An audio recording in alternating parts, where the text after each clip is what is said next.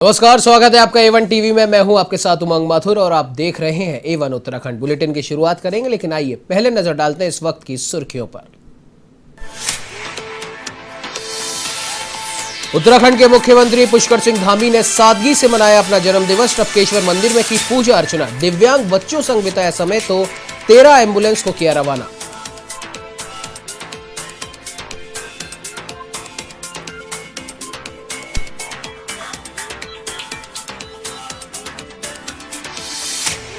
उत्तराखंड में भाजपा ने फिर किया सरकार बनाने का दावा। बीजेपी प्रभारी प्रहलाद जोशी, सह प्रभारी आरपी सिंह ने लिया कार्यकर्ताओं से फीडबैक।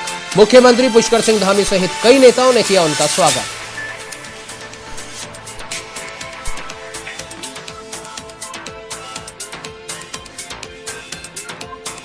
वहीं नैनीताल हाईकोर्ट का बड़ा फैसला। हाईकोर्ट ने 4 धाम यात्रा पर लगी रोक हटाई। कोविड नियमों का पालन करने के दिए सख्त आदेश।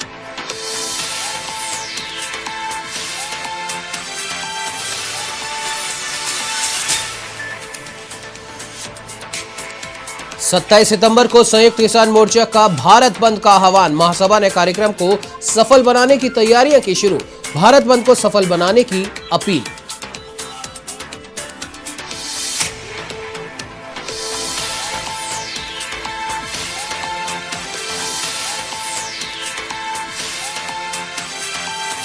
सोमेश्वर पुलिस की बड़ी कार्रवाई। बहुचर्चित कैमुना कोऑपरेटिव सोसाइटी घोटाले में इनामी अभियुक्त गिरफ्तार। करीब 56 लाख रुपए के घोटाले में है नामजद मामला दर्ज।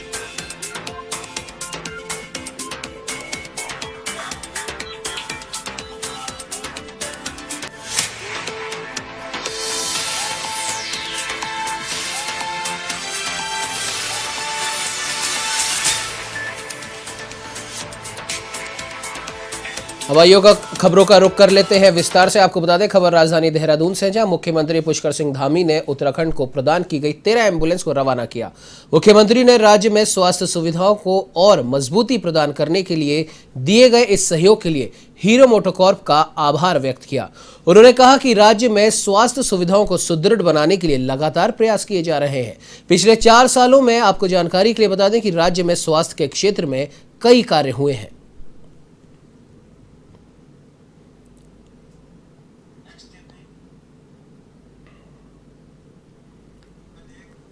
तो वहीं उत्तराखंड के मुख्यमंत्री पुष्कर सिंह धामी ने अपने जन्मदिवस के अवसर पर राजधानी देहरादून स्थित टपकेश्वर मंदिर में पूजा अर्चना कर सभी की सुख समृद्धि की कामना की। इस दौरान मुख्यमंत्री धामी ने कहा कि भगवान भोलेनाथ हमारे आराध्य देव हैं। वे भगवान भोलेनाथ से कामना करते हैं कि प्रदेश नई ऊंचाइयों को छुए। तो वहीं इसके बाद मुख्यमंत्री धामी ने अपना जन्मदिन छोटे बच्चों के साथ मनाया। इस मौके पर उन्होंने राष्ट्रीय दृष्टि दिव्यांगजन सशक्तिकरण संस्थान में बच्चों के साथ ही केक काटा। साथ ही मुख्यमंत्री धामी ने घोषणा की कि संस्थान में बच्चों के लिए स्कूल बस की व्यवस्था की जाएगी और करीब 10 कंप्यूटर भी दिए जाएंगे। इस मौके पर कैबिनेट मंत्री गणेश जोशी, मेयर सुनील उनियाल गामा, जिलाधिकारी देहरादून डॉक्टर आर राजेश कुमार और एसएसपी जन्मेजय खंडूरी भी मौजूद रहे।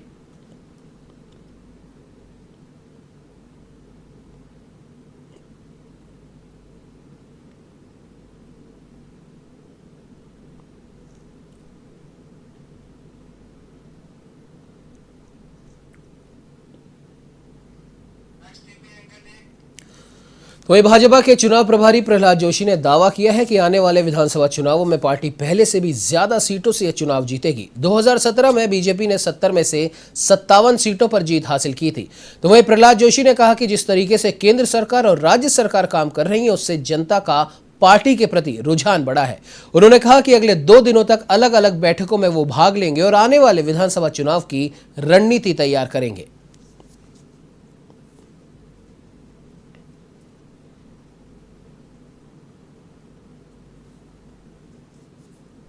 मुख्यमंत्री और प्रदेश अध्यक्ष के नेतृत्व में हुआ है, तो उसका थोड़ा फाइनल टच करना और बाकी सब जो तैयारी है वो करने के लिए मैं, आरपी सिंह जी और लॉकेट चटर्जी हम आज इधर आए हुए हैं और बहुत बैठक वगैरह है। उसके बाद एक आकलन लेने के बाद हम तीनों आपके साथ डिटेल में बातचीत करेंगे। लेकिन मुझे पूरा विश्वास है कि भारतीय जनता पार्टी का सरकार फिर से उत्तराखंड में पुनर्प्रतिष्ठापना होंगी और हम लास्ट टाइम जो हमारा बहुमत था उससे ज्यादा बहुमत पाने के लिए लक्ष्य रख के हम काम कर रहे हैं।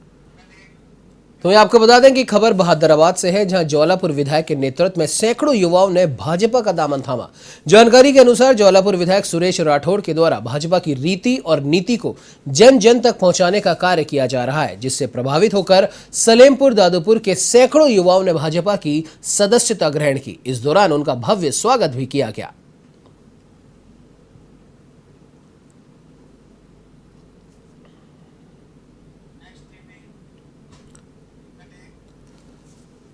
खबर काशीपुर से है, जहां भारतीय जनता पार्टी अल्पसंख्यक मोर्चा के नवनियुक्त प्रदेश कार्यकारिणी सदस्यों का स्वागत कार्यक्रम आयोजन किया गया।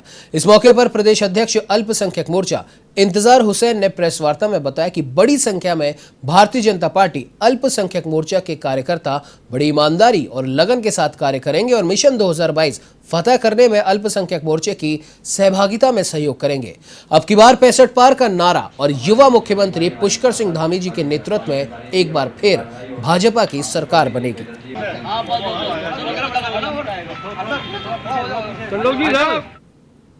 संख्यक मोर्चे की कार्यकारिणी का विस्तार करते हुए प्रदेश कार्यकारिणी में कुछ सदस्य हमने बनाए थे। जो हमारी काशीपुर, जसपुर और बाजपुर विधानसभा के कुछ कार्यकारिणी सदस्य हैं, उनका आज हमने सम्मानपूर्वक उनका सम्मान किया है, उनका स्वागत किया है।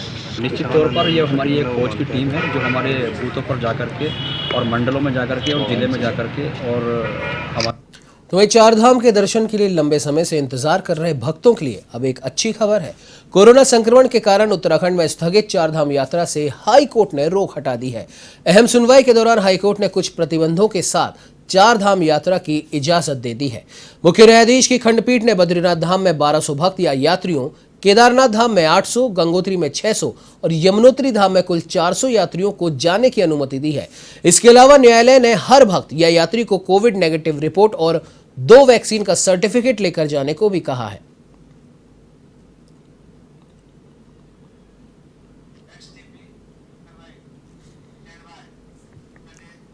तो वहीं उत्तराखंड में चारधाम यात्रा शुरू करने को लेकर कोर्ट ने आदेश को लेकर पर्यटन मंत्री ने अपनी खुशी जाहिर की है। पर्यटन मंत्री सतपाल महाराज ने कहा कि सरकार की कोशिशें रंग लाई और अब उत्तराखंड में चारधाम यात्रा की स्वीकृति मिल गई है। तो वहीं मुख्यमंत्री पुष्कर सिंह धामी ने भी यात्रा शुरू होने पर अपनी खुशी जाहिर की और कहा कि सरकार की कोशिश रहेगी कि कोविड के नियमों का पालन हो सके। रिस्ट्रिक्शन के जो भी कोरोना के प्रोटोकॉल हैं, उन सब का हम पालन करेंगे और हमने अपना एक प्रस्ताव दिया और माननीय न्यायालय ने आज उस पर अपनी सहमति दी है। हम जो है हमारा हर हाल में यात्रा चलेगी और यात्रा पूरे कोरोना को ध्यान में रखते हुए जान माल की भी सुरक्षा रहे और यहाँ पर दर्शन भी हों, चारधाम यात्रा भी चले, जिससे कि वो हमारे बहुत सारे लोग, हजारों लाखों की संख्या में लोगों का रोजगार से जुड़ी हुई यात्रा है। यात्रा चल रही है। मैं सभी को शुभकामनाएं देता हूं कि यात्रा अच्छे, हमारा जल्द से जल्द आज हम बैठक करने वाले हैं। ये बहुत ही सुखद खबर है और मैं इसका स्वागत करता हूं। कोर्ट के निर्णय का मैं अभिनंदन करता हूं और इसके साथ साथ जो भी शर्तें हैं उनका पालन किया जाएगा और निश्चित रूप में सख्ती से पालन करते हुए हम यात्रा को शुरू करेंगे।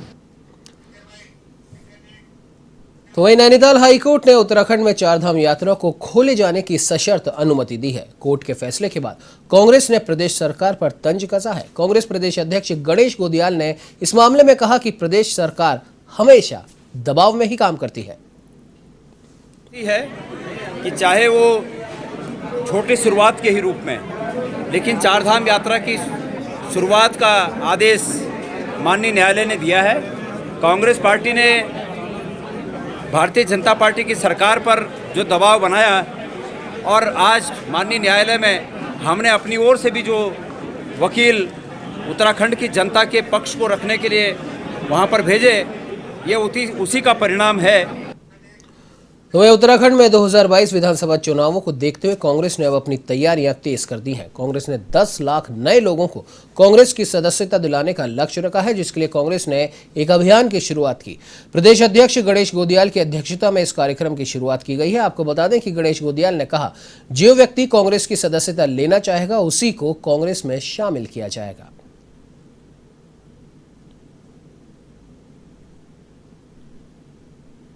कांग्रेस पार्टी की सदस्यता अभियान की शुरुआत की है, जिसका लक्ष्य हमने 10 लाख सदस्य बनाने का रखा है और हमारे जिलाध्यक्षों का जो बहुत ही ऊंचा मनोबल है, उसको देखते हुए मुझे इस बात का पूरा विश्वास है कि हम बहुत ही जल्दी 10 लाख के सदस्यता अभियान का जो लक्ष्य है उसको प्राप्त कर लेंगे। तो वहीं आपको बता दें कि राज्यसभा सांसद प्रदीप टमटा अल्मोड़ा पहुंचे। इस दौरान उन्होंने एक पत्रकार वार्ता में कहा कि मौजूदा सरकार ने जनता के साथ छलावा किया है और अब चुनाव के नाम पर प्रदेश के 22,000 युवाओं को रोजगार देने का दावा कर रही है। तो वहीं जनता अब परिवर्तन का मन बना चुकी है और आगामी विधानसभा चुनाव में कांग्रेस सरकार बनाएगी। कांग्रेस की परिवर्तन यात्रा को जन समर्थन मिल रहा है। इसके साथ ही उन्होंने ये भी कहा कि कांग्रेस के सत्ता में आते ही गैरसैंण को स्थानीय राजधानी बनाया जाएगा और जो कांग्रेस के 2022 के घोषणा पत्र में भी शामिल रहेगा। इसके साथ ही युवाओं को रोजगार भी प्रदान किया जाएगा।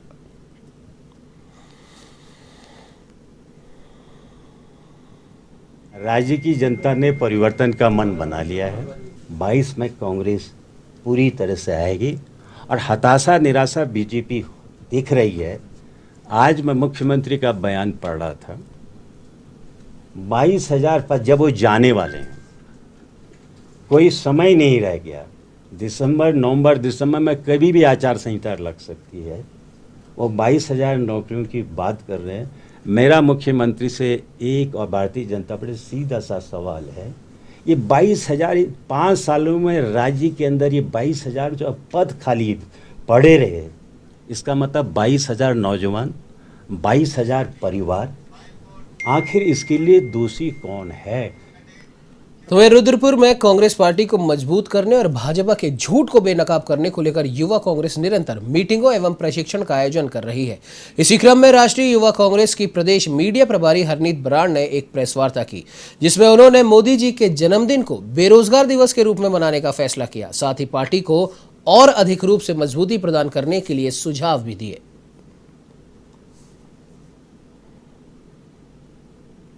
खुद शर्मानी चाहिए थी कि जिस आदमी का नाम ढांचा घोटाले में आया, ऐसे विवादित आदमी को हमको मुख्यमंत्री ने देवभूमि उत्तराखंड राज्य का बनाए, क्योंकि तो बीजेपी में आरएसएस की मेन चलती है और आरएसएस के वो बंदे थे, इस वजह से उनको बनाया गया। विरोध क्यों नहीं किया गया? हमने विरोध किया।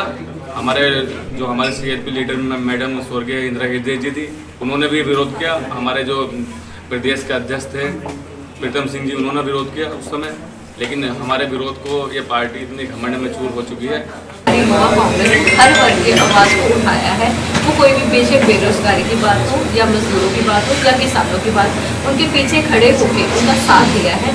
या कोई भी प्रोटेस्ट चलता है और जो हमारी कमियां रही हैं उस कमियों को हम पूरा करेंगे और इस बार हम अपनी अमित शाह सरकार 2022 में अपनी सरकार बनाएंगे। कांग्रेस एक बहुत बड़ा परिवार है और आपको पता है कि हमेशा बड़ी ऑर्गेनाइजेशन में इलेक्शन के टाइमिंग पे वो नोकझोंक होती रहती है और जो कैंडिडेट सबसे ज़्यादा डिजर्विंग है कांग्रेस उन्हीं को टिकट देगी और युवा कांग्रेस उनकी मदद के साथ उनके साथ फील्ड में आज भी काम कर रही है। बूथ तो मैं आपको बता दें कि आगामी 19 सितंबर को दिल्ली के मुख्यमंत्री अरविंद केजरीवाल के होने वाले दौरे को लेकर जहां आम आदमी पार्टी ने रोड मैप तैयार किया है, तो वहीं तय कार्यक्रम के अनुसार केजरीवाल गोलापार हेलीपैड पर आएंगे, जहां से उन्हें सर्किट हाउस ले जाया जाएगा, जहां पर वे पार्टी कार्यकर्ताओं और पदाधिकारियों के साथ मुलाकात करेंगे और आने वाले विधानसभा चुनाव 2022 को लेकर रणनीतियों पर चर्चा करेंगे। आपको बता दें कि आम आदमी पार्टी के मुखिया और दिल्ली के मुख्यमंत्री अरविंद केजरीवाल के हल्द्वानी में होने वाले दौरे को लेकर पार्टी कार्यकर्ता तैयारियों में जुटे हुए हैं।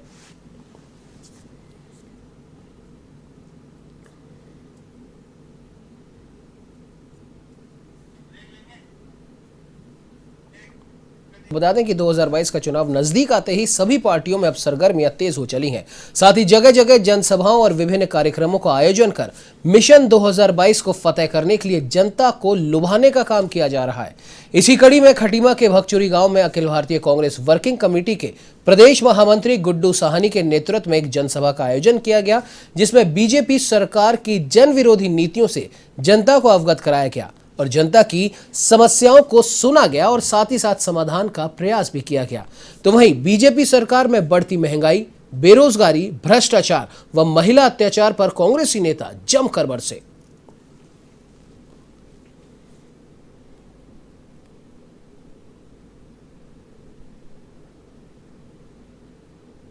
काल के आपने जो समय दिया मुझे, बहुत बहुत धन्यवाद करता हूँ आपका।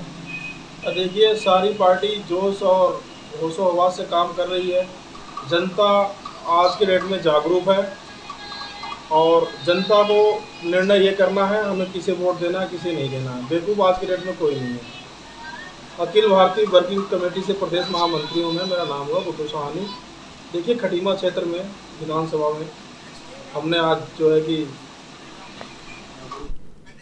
तो वहीं संयुक्त किसान मोर्चा के आह्वान पर भारत बंद के समर्थन में अखिल भारतीय किसान महासभा ने एक कार्यक्रम को सफल बनाने की तैयारियां शुरू कर दी हैं। इसके लिए वो लाल कुआं पहुंचे अखिल भारतीय किसान महासभा के राष्ट्रीय सचिव पुरुषोत्तम शर्मा ने कहा कि भाजपा सरकार किसान विरोधी सरकार है और खेती में कंपनी राज लाना चाहती है। इसीलिए भाजपा सरकार किसानों के हर सवाल पर बेरुखी अपनाए हुए है। किसानों के खिलाफ बनाए गए 3 काले कृषि कानूनों के खिलाफ किसान पिछले 10 महीने से दिल्ली में आंदोलन कर रहे हैं, लेकिन केंद्र की मोदी सरकार अपना किसान विरोधी रवैया छोड़ने को तैयार ही नहीं है। उन्होंने सभी से संयुक्त किसान मोर्चा के 27 सितंबर के भारत बंद को सफल बनाने की अपील की है। इसके हमारे साथ है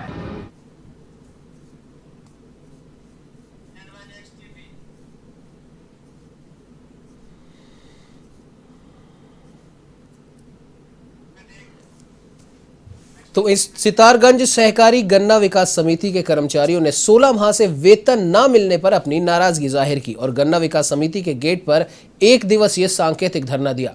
कर्मचारियों का कहना है कि उन्हें 16 माह से वेतन नहीं मिला है और सभी कर्मचारियों ने अपने परिवार समेत गन्ना सोसाइटी गेट पर ही धरना देकर 16 माह के रुके हुए वेतन की मांग की है।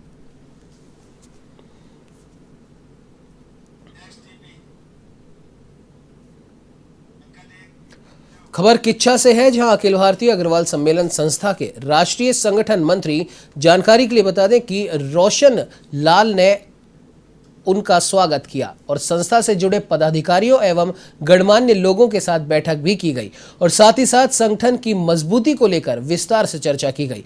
राष्ट्रीय संगठन मंत्री ने अग्रवाल समाज के गणमान्य लोगों से देश सेवा और समाज सेवा के कार्यों में बढ़ चढ़कर हिस्सा लेने का आह्वान किया।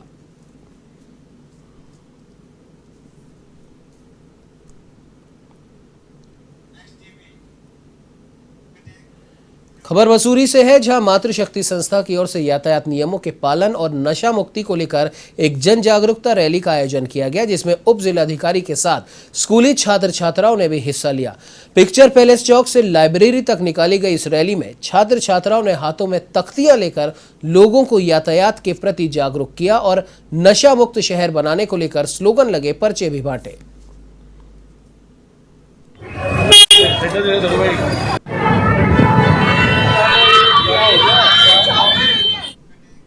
खबर काशीपुर से है, जहां घनी आबादी में एक मकान की छत पर लगे एक मोबाइल टावर को हटाने की मांग एक बार फिर से मुखर हो उठी है। मोहल्ला वासियों ने भाजपा नेता गुरविंदर सिंह चंडोक के नेतृत्व में संयुक्त मजिस्ट्रेट को ज्ञापन सौंपा और इसे हटाए जाने की मांग की है। तो वहीं एसडीएम ने बताया कि मामले की जांच कर उचित कार्रवाई की जाएगी।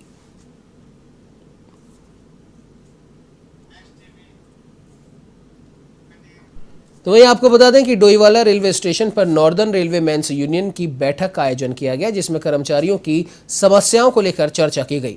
इस बैठक में देहरादून जिले के अलावा हर्रावाला, रायवाला, ऋषिकेश रेलवे स्टेशन के कर्मचारियों ने शिरकत की, जिसमें रात्रि ड्यूटी व अन्य समस्याओं पर भी चर्चा की गई। इस दौरान यूनियन से जुड़े पदाधिकारियों ने कहा कि प्रत्येक माह अलग अलग रेलवे स्टेशन पर इस तरह की बैठक का आयोजन किया जाता है ताकि हर क्षेत्र के कर्मचारियों की समस्याओं को सुना जा सके।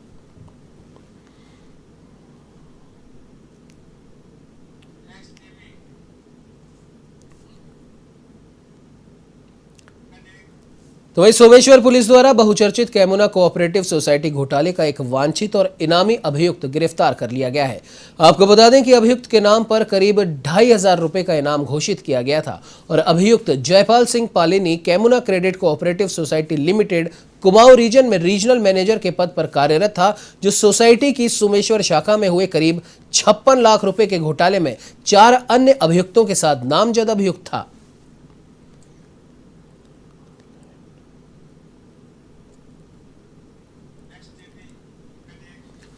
तो वहीं हल्द्वानी पुलिस ने एक बड़ा खुलासा करते हुए ऑनलाइन शॉपिंग वेबसाइट बनाकर लोगों से ठगी करने वाले गिरोह का पर्दाफाश किया है। इस गिरोह के 3 शातिर अपराधियों को भी गिरफ्तार किया गया है। साथ ही एक आरोपी फरार बताया जा रहा है। आरोपियों से पुलिस ने 2 लैपटॉप, 8 CPU, 3 एक्सटेंशन बोर्ड सहित 19 मोबाइल बरामद किए हैं। एसपी प्रीति प्रियदर्शनी ने बताया कि 3 शातिर ठगों को गिरफ्तार किया गया है, जो कॉल सेंटर की तरह इस फर्जी ऑनलाइन वेबसाइट को चलाकर लोगों से ठगी कर रहे थे।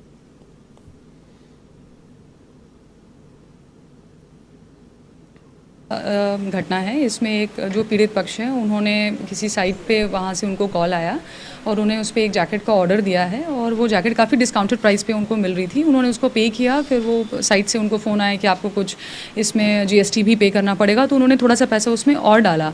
ऐसे करके करीब 21,000 रुपये जो हैं उन्होंने उसमें पे किए हैं और उसके बाद में फिर जब उनको डिलीवरी नहीं हुई और उसके बाद वो साइट बंद हो गई, तब उन्होंने शिकायत करी है। इसमें जब इन्वेस्टिगेशन की गई तो ये पाया कि इसमें जो हमारे ऑफेंडर्स हैं वो एक तरीका अपनाते हैं, वो एक फ़र्ज़ी शॉपिंग साइट बनाते हैं, उसको पब्लिसाइज़ भी करते हैं और रैंडम तरीके से लोगों को कॉल करते हैं कि आपको जो है इस पे ये डिस्काउंट मिल रहा है। जैसे इस जब ये हुआ है तो उसको ऑफर फॉर ऑल करके इन्होंने वो किया है। अब इस बुलेटिन में फिलहाल इतना ही। देश प्रदेश की तमाम खबरों की जानकारी के लिए आप बने रहिए हमारे साथ और देखते रहिए A1 TV। नमस्कार।